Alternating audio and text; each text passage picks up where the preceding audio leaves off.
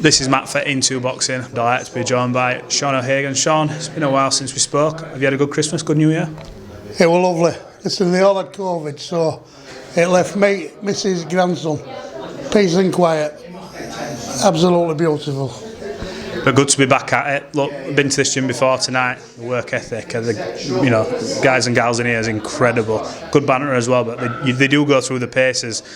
Talk to me about this gym. There's some talent in this gym, especially tonight. You've obviously got Nicola Hopo training here, Maxi Hughes, Josh has been in, incredible spar. Talk to me about the gym. Yeah, I mean, what you've seen tonight, we're opening spar for us. A second world title fight with Josh. I think you'll agree with me, people would willingly pay for that, won't they? Yeah, I'm not joking. I'd pay for that now. I feel like giving you some money just so I've seen it. Listen, you can forget all your top-up bills, all these heavyweights, $24.99 for a fight bill and all that there. I've never seen nothing like that. Not just the brutality and the intensity, but the skill set. The skill set from both fighters, you know. If anybody thinks for 1 minute that Josh Warrington's passed his best because of his little slip-up, I'll tell you what a shock they've got coming.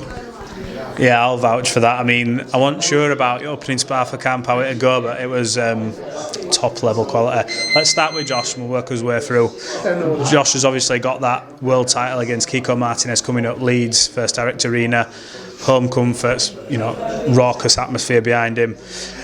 The stars, as one door closes with Maurizio Lara carry on, another one's open now for him to become a two-time world champion for a belt that he didn't lose in the ring. Yeah, absolutely. I mean, the Maurizio Lara thing, we've been over and we've analysed it, and we could make all excuses in the world, couldn't we? But we're not going to do that. I mean, I don't know if you've just seen there's been a few fighters removed from WBC rankings for the drug.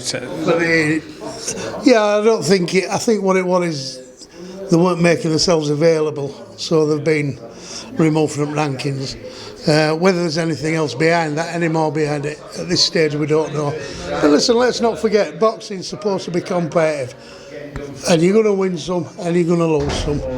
And Kiko, classic example, has been beaten in the past, 35 years of age, is a force to be reckoned with again. He's world champion at 35. A lot of people as well wrote him off. Every time I seem to see this guy fight, it's he's father time, this, that and the other, but he's always kept that power. And like you saw, Kid Galahad were in complete control of the fight, and then it took one punch, and careers have changed, and then opens the door for Josh. How wary has Josh got to be of Kiko coming into this fight? I think we've got to be very aware and very wary. I mean, aging fighter or not, Spartan training regime he keeps going on about. He's a consummate professional, and I'll be honest, I'll make it clear, I really, really like Kiko Martinez, and I think what he's doing now is it's his Indian summer. I think we've got to be very, very wary, because he's a consummate professional now, and let's not forget, he boxed Frampton and he boxed Santa Cruz, he's boxed everybody, hasn't he? Yeah. But I do know when he was boxing like Scott Quigg and everything, it's short notice in preparation for these fights. They were offering him at a weight below what it should have been. So, his time would take not in preparing for the fight, but in making weight for fights. Short notice, having to boil weight off. It's not good, We fought Kiko first time and he had a 16-week camp with a week's holiday in between. No worries about making weight. And it was a close fight. It was a good fight. It was a fight that we won. He keeps saying he thinks he won it. He knows he lost it. But at that weight, he's a different entity in Kiko, And I do like him. So we've got to be very, very aware. I think it'll be a very competitive fight. And we can't afford to make any mistakes, can we? Absolutely not. What would it mean? Obviously, I've spoken to Josh and his face lights up at the thought of him having that belt for a second time. What would it mean for himself, to the family, the city of Leeds, obviously, which he carries on his back, for Leeds boxing? What would it mean for him to become two-time world champion? For Josh, I think it'll be contentment, won't it? Because he's had the IBF belt. We didn't lose it in the ring. Politics in boxing meant that we had to kind of put it to one side in order to progress. That didn't go to plan. So I think with Josh it'll mean contentment. He's back where he belongs. For family, I think for them again it'll kind of put a full stop behind recent events with Lara and everything else, and disappointment at second fight. For myself it'll mean another few quid, won't it, to go towards another camper van and a stakeout. I've seen your little scooter that you're bobbing around in. Well, I've got a couple now. Have you? Yeah, I hope my missus don't watch this. I've got another on way as well. So there's everything to gain from this fight, yeah. Oh gosh. Moving on, we talk about Maxi Hughes, obviously a Cinderella man. I was there at Headingley, boxed beautifully to win that IBO world title. A proud moment for him. I know he keeps talking about the likes of Devin Haney, but he is in the mix now with all the big names in that division. What would you like to see Maxi do next? I'll tell you what I'd like to see him do next. I'd like to see him kind of push on and get the big fights and the big money he deserves, because let's face it, who'd bet against Maxi Hughes now? There won't be many people, you know, they can all have an opinion. Having an opinion and putting your money where your mouth is, two different things. I won't bet against him because I see him in here, and I still honestly believe, and I mean this, that you've not seen the best Maxi Hughes yet. Since he's made this sort of resurgence under yourself, obviously, since he beat John O'Carroll to the last fight against Giovanni Straffon, he seems to be going up in levels every time. And the last performance was absolutely almost punch perfect, the way he was moving him around the ring. You know, incredible boxing, and it was one of them that obviously Josh was the main event, but that fight he was really he put an exclamation point on that victory. You could make a movie about his career, from being nearly down and out to nearly quitting, to the losses, to now being back on top. Could you imagine him being in the States fighting the likes of a Haney for a WBC world title, and what that would do for him and obviously British boxing as well? Absolutely. I mean, Maxi, when he first came, he said that he wanted to win a belt. So what we've done is he's got 3 now, hasn't he? And like I say, I honestly believe this is just the start of it. It's 32. I think it's 32 tomorrow. Yeah. Yeah, 32 tomorrow. Well, but I think he's 32, yeah. Like I say, we've seen Kiko win a world title, haven't we, at 35? Yeah. You know, we've seen aging fighters, you know. Lee Wood, we've seen Josh at 31 coming back and having a world title attempt. Maxi's got loads left in the tank, loads left. He's happy in his training, he's happy with what he's achieved. And it's a Cinderella story. He just wants to push on now and take it even further. It definitely is. Right, let's talk about the other fighters you've got in this gym. We've just seen Reece Mould been absolutely destroying them pads there. I don't know how his padman's hands at him, absolute bits after that. What, probably will be, that's why he does it and not me. Yeah, I'm going to say he came out looking a bit worse for wear. He's talked about a potential final eliminator for a Commonwealth. What would you like to see Reece do this year, and is that the right route to go down? Yes, it's got to be Reece's year this year. I mean, I kind of feel for Reece a little bit because he was out in that mix there.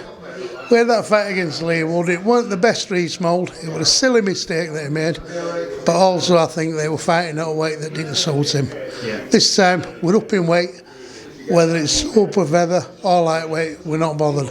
Whatever opportunity comes, we're going to take it. But we'll take it with both hands. You know, there's no mistake. Reece Mould will push on this year and he will win major titles. Yeah, and he's punching with bad intentions as well. I mean, it's good to see a lot of hard punchers in this gym. Any other fighters you've got, any of the young guns coming through that you want to give a quick shout out, a quick mention, a plug? Just tell them what they're going to do. Is it Hargreaves was in here tonight? Is he here? I've got Josh Hargreaves. Yeah. I think he won a few titles as an amateur there. Absolutely, yeah. His development is coming on absolutely fantastic. I've got Will Harrison from York. Another one showing a lot of potential. He's probably at least experienced at fighters in gym, but I tell you what, he's catching up fast. And I think he'll push on. He'll one of them fighters that largely ignored, really, or just another boxer. Yeah. But as you know, we don't just invite people in here for them to be just another boxer. So he's one for the future as well. He's showing some real promise. His shot selection's coming together. It's all about progression and learning. And, you know, both lads, both Josh Hargreaves and Will Harrison, I'm pleased with them, pleased with development. Absolutely, it's important for them to get that season and that development, especially when they're only just starting out. But they're in the right gym. I've seen that tonight. Absolutely. There's a wealth of talent in here, isn't there? I mean, you know, a couple of months' time it could be two world champions, a Commonwealth champion, and whatever else. I don't know. There's all sorts coming through the door, isn't there? Absolutely. Right, Sean. You mentioned before this interview. Give a shout out to some of the sponsors. Go on, fire off. I don't know what he's called. Our flag guy down there. What's he called? You tell me, you're bloody sponsor. Yeah, well, anyway, he knows what I mean. Right. So, can I bring him over? Yeah, fire away. Is our sponsor sat there still? Sam? Is our sponsor sat there? Melvin. I'm here. Come on, Melvin. Melvin, what they call your firm again? AM Flags. AM Flags? Yeah, I'm just happy you remember my name this time. Right, Melvin, come over here with me. Right. Yeah, you said the flag guy, you know, one of our sponsors. Flag All guy. right, go on then. This is one of our sponsors. Sponsors, well, everybody really. So, introduce yourself, Melvin. Yeah, Aaron Melvin, massive boxing fan, and Sean's helped me come to a conclusion that I'm going to sponsor a couple of the young lads here, Josh Hargreaves and Will Harrison. So give them a follow. Absolutely. Just quickly while you're here, talk about how important it is for obviously these young fighters to get sponsorship on board to help push their names out so they can, you know, obviously pursue a boxing career, because we know it's difficult, we know it's costly. Talk to us, and obviously you're interested in boxing as well. Yeah, so I think it's so important at grassroots level, and obviously everyone's not from a privileged background. You know, a lot of us are working class round here, so know how tough it is. So I could never be a boxer. So to help someone else achieve their dream and really go for it, it's an absolute honour to be a part of their journey. No worries. Well, thanks for that. Appreciate it, and you'll definitely remember his name. Yeah. Have another sponsor. You fire through him. Go on. Sponsor. Thank you for that. Yeah, I think this, you know, joking apart, I've had a little joke there with one of the sponsors, but it's so important. I mean, we've got a lot of sponsorship from local businesses. One that's recently come on board is HQ Dental on Tong Road in Leeds, I think. What they've done, they've invited me lads up there. They've done x-rays and images of the mouth, and they're providing them with gum shields, but they're not just gum shields, they're real top stuff. Top stuff. Harley Street at North, I call them. So that's HQ Dental. Is that it? You finished with sponsors? Finish with sponsors. They're my main ones. Any final words for the fans, for Josh's fans, for all you fighters fans in here? Yeah, keep an eye on this gym. There'll be more news coming soon.